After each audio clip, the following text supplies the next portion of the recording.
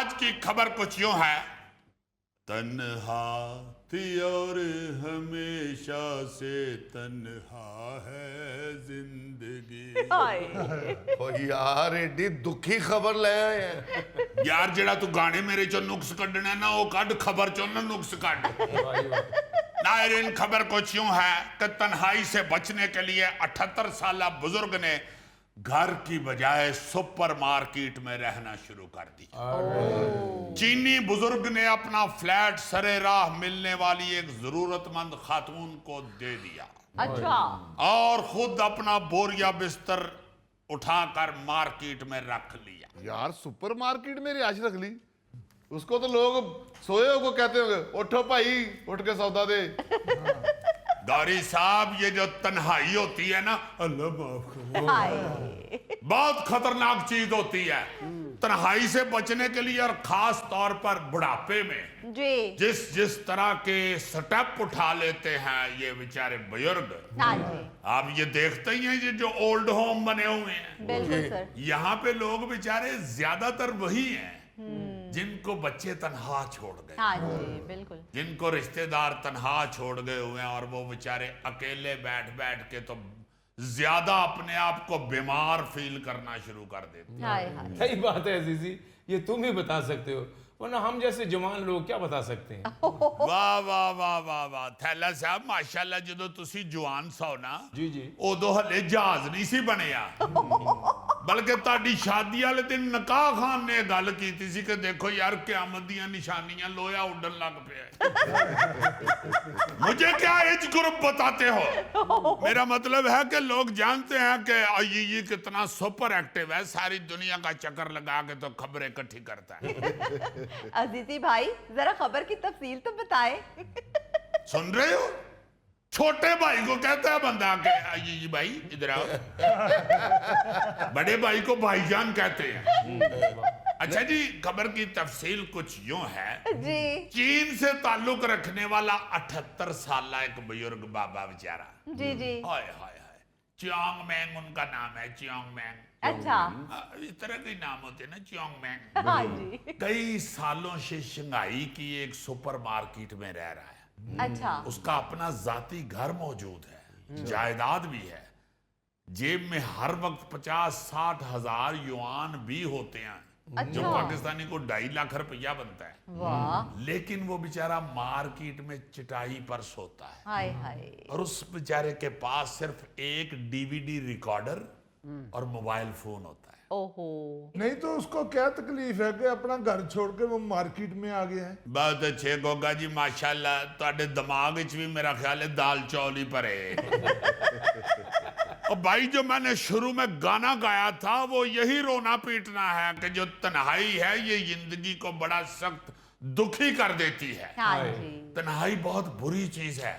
इस बाबे को भी तन्हाई खींच के मार्केट में ले आई है। हाय हाय। और को बाबा जी उतो दुकानदार को चौकीदारे का किराया नहीं लेते। उसका घर वहां एक बिल्डिंग की 13वीं मंजिल पर है। हाँ। उसके बच्चे और बीवी उसे 26 साल पहले छोड़कर अलग हो गए थे, जिसके बाद से वो बेचारा अकेला रह रहा था। कोई हाल चाल ही पूछने वाला नहीं, कोई ये कहने वाला नहीं कि बाबा जी ध्यान नाल डिगना पैना।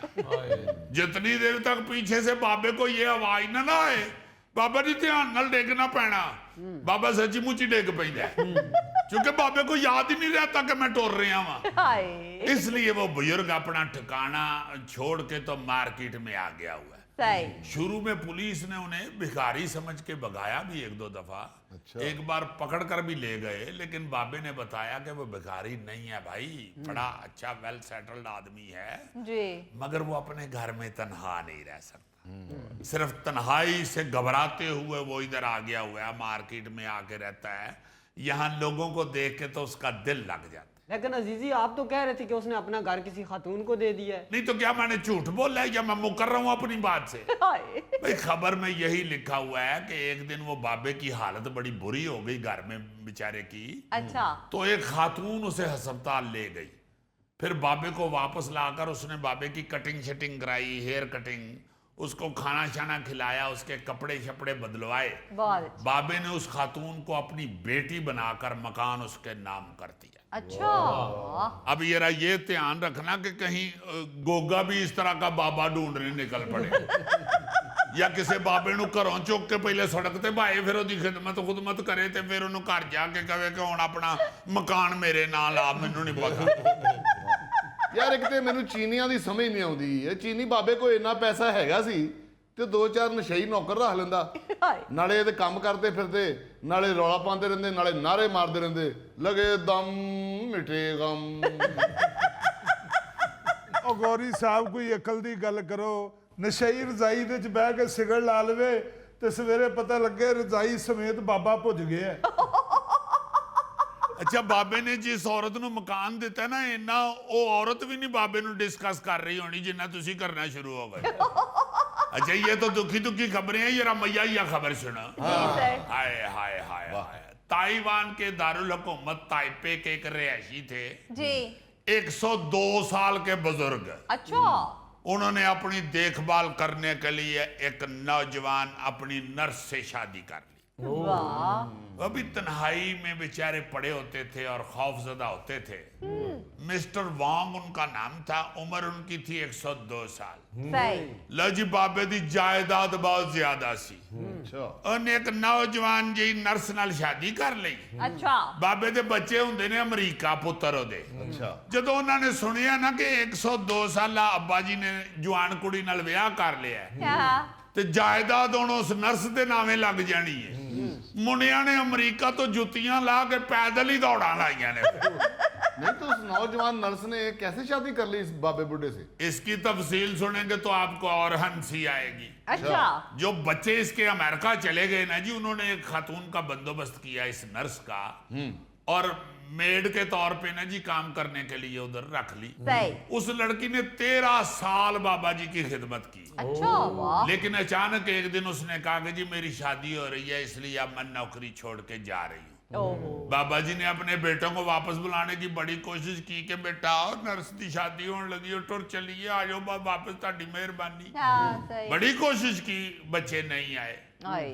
तो मिस्टर वांग ने फिर उस नर्स से कहा कि गल सुन इन्नी मेरी जायदाद है कितने एवं किसी माड़े अमरूदाने नाल विआह कर लेंगी ते खज्जल हुंदी फिरेंगी मेरे नाल ही कर ले विआह सारी जायदाद मैं तेरे नामे ला देना। हाय। लटकी ने आगे से कहा कि बुजुर्ग नेकी और पूछ पूछ। जब बाबा जी ने शादी कर ली तो बच्चे आए ना जो नसे नसे वापस जी। तो उन्होंने वेख्या कि वाकई बाबे होरी तो माशाल्लाह जीन ते शर्ट पा के फिरते। स्यापा पड़ गया घर में। खबर में तो लिखा हुआ है कि उन्होंने वो जो नई दुल्हन थी यानी उनकी छोटी अम्मी जी। उसको बड़ा फेंटा लगाया हुआ। ओह। वो जब पुलिस शुल्स ये वो आ गई तो बच्चों ने बताया जी कि अब्बा जी के पास तकरीबन 700 मिलियन ताइवानी डॉलर्स के असासे हैं जो पाकिस्तानी रुपयों में 6 अरब 91 करोड़ 55 लाख रुपए से ज्यादा बनते हैं। ते ए देखो यारा ए बाबे होरां ने साडी निकी अम्मी लैन दी। हाय। नर्स ने भी फिर पुलिस को बयान दिया। उन्होंने कहा जी देखो मैंने किसी लालच में शादी नहीं की। बाबा जी ने बस मैनू एक गाना सुनाया न सोना न चांदी न कोई महल जाने मन तुझको मैं दे सकूंगा हाय। फिर भी ये वादा है तुझसे तू जो करे प्यार मुझसे छोटा सा घर तुझको दूंगा। वाह। कहती है इथों तक गाना पहुंचे तो मैं फटाफट स्टाम अगे रहता है चलो छोटा जिहा मकान ते ले ओड़ा ते बाबे होरां ने 700 मिलियन ताइवानी डॉलर लिख दिते ने। हुण मैं की करा। वाह। बड़े बड़े मजाहिया वाकयात दुनिया पे पेश आते हैं। अच्छा। जापान के एक बुजुर्ग ने सिर्फ अपनी तन्हाई दूर करने के लिए 94 साल की उम्र में जी जी। इलेक्शन लड़ने का ऐलान कर दिया। वाह जी वाह। ये को 2012 का वाकया है। 94 साल बूढ़े उम्मीदवार का कहना था जी। कि इलेक्शन तो वो इसलिए सिर्फ लड़ रहे हैं कि वो अपनी तन्हाई खत्म कर सके। वाह। मैनू पता वोट मैनू किसी नहीं देना हाय। लेकिन चलो चंद हफ्ते में अपने सपोर्टरों के साथ घूमूं फिरूंगा गलियों में वाह। चिखा चुक चुक के कहांगा कि मां जी वोट मैनू देना। उसने फिर तकरीर में भी बड़ी सियासत खेली। उसने कहा कि देखो ये जो नौजवान नस्ल ने मुल्क का हाल कर दिया है, जी उसको बचाने के लिए मैं मैदान में आया हूँ। वाह जी वाह। अल्लाह तुहानू पता है मेरे को तो डॉक्टर को नहीं आया जाता ते जे मैं इलेक्शन दे मैदान च आया तो मैं बड़ी हिम्मत करके आया तो वोट मैनू ही देना चाहिए। हाय अजीजी मुझे तन्हाई बड़ी पसंद है। वाह, नहीं आप जैसे जानवर तन्हाई पसंद करते हैं। यार यकीन करो, बिलीव मी अजीजी, मैंने बहुत तनहा रहने की कोशिश की, लेकिन कर्जा लेने वाले मुझे ढूंढ ही लेते हैं। यार वैसे मेरी जिंदगी में भी कुछ देर के लिए तन्हाई आई है, लेकिन मैं इतना ज्यादा परेशान तो नहीं हुआ। जी जी, आपकी तन्हाई वाले दिनों में ही इकबाल ने ये लिखा था ना, टहनी पे किसी शजर की तन्हा बुलबुल था कोई उदास बैठा, हाय कहता था कि रात सर पे आई उड़ने चुगने में दिन गुजारा। ये आपके मुतल्लिक ही लिखा। वाह भाई वो बुलबुल के मुतल्लक लिखा है, मेरे मुतल्लक नहीं लिखा। सदके जावा बुलबुल दे मुतल्लिक लिखिया तो तुसी केड़ा माशाअल्लाह उकाब लगदे हो।